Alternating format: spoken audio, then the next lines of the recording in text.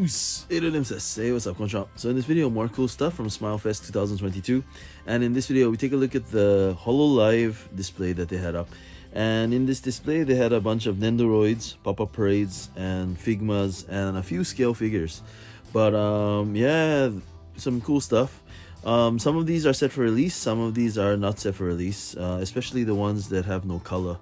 Most of those are still not set for release. But and one thing I noticed, the pop-up parades are getting more expensive, and the listed prices for some of these were like 5,500 yen, which is 5,500 yen. So yeah, prices are going up.